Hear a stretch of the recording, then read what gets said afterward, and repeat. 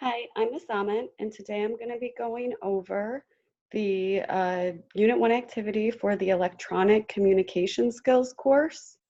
The Unit 1 activity is the Computer Systems for Electronic Communication activity.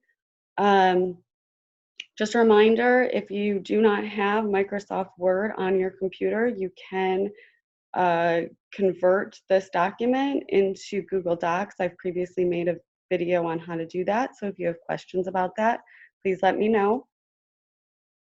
Okay, so before you get started on the activity, what I usually suggest that you do is read through the goals for the activity, read through all of the instructions. It says that you're going to be analyzing various careers related to computers and electronic communication.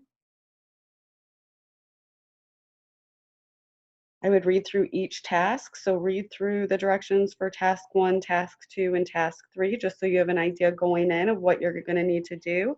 Task 1 says to conduct online research for any 3 careers related to computers and electronic communication that are important to business management and administration. For these roles, you're going to need to discuss how electronic communication is useful, and we'll kind of review what that means in a second.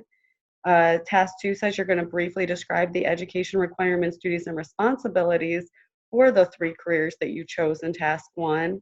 And then Task 3 says, again, using those same 3 careers, you're going to discuss the various technical and personal skills required for those careers. Okay, and then what I suggest that you do before you start and then after you are finished with your activity is review the rubric, because it'll give you a good idea going in what the requirements are, and then it'll also give you a good idea before you submit it if you've met those requirements. This is what I'm using to grade you on, so making sure that you do have each part mentioned in the rubric is a good idea. You may even want to check that after each task before you go on to the next task to make sure it's complete. So again, going back up to task 1. Okay, so first you're going to have to go online and do some research. You're looking for 3 careers that are related to computers and electronic communications that are important for business management and administration. So you want to look into some business management, administration type of careers that also use computers and electronic communication. And then what I would suggest that you do is list the 3 careers, and then for each of them, you can put a dash or write it underneath the career, whatever works best for you, or just start talking about it. Say the first career that I chose is, and explain. You're going to need to explain how electronic communication is useful in that career. Now, if you go to the rubric, so you're going to do that for each one of them. The first career you chose, electronic communication is useful. Again, giving examples of how it's useful. Same thing for the second and third. So when you go to the rubric, it says that 10 points is that you conducted that online research and that you chose the careers related to electronic communication.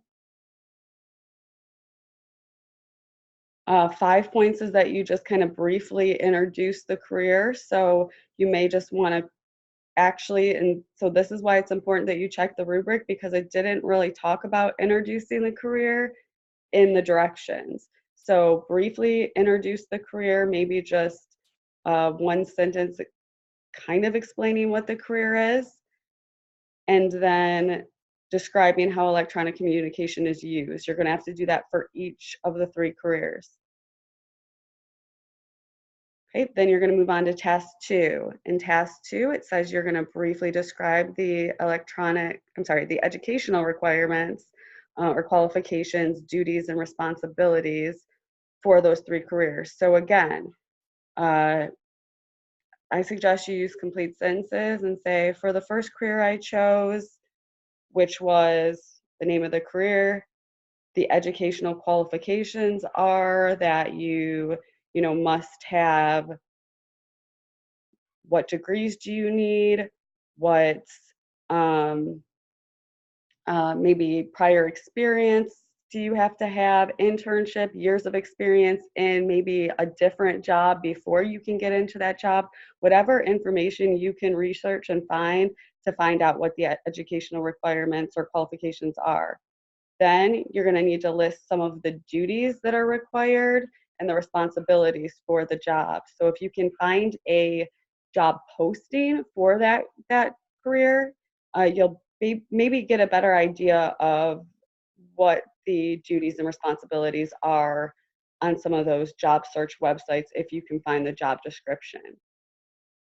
So again, you're going to remember, everything should be in complete sentences. You're not just making lists. You need to describe the educational qualifications, the duties, and the responsibilities for each of the 3 careers you chose in task 1. Again, looking back at the rubric before we move on, describing the duties and responsibilities of the careers is worth 20 points. So right there, that tells you this is a big part of the overall grade. 20 points, worth 20% of the grade. The second part, describing the educational qualifications required, is worth another 20 points. So you should have about equal amounts of information for both of those for task 2. And then lastly, task 3, you're going to have to do a little bit more research on those careers.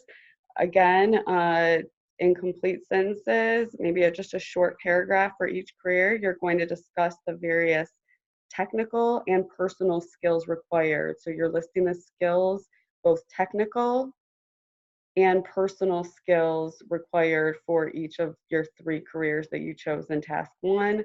Again, explaining technical skills is worth 20 points, and explaining personal skills is worth 20 points. So this is why it's important that you go and look at the rubric before, after, during, while you're working, because it gives you a better idea of where you should be focusing your energy, the length of different sections, how much effort you really should be putting into each part of the assignments, and just to kind of get a better idea of what I'm looking at when I'm going to be grading this.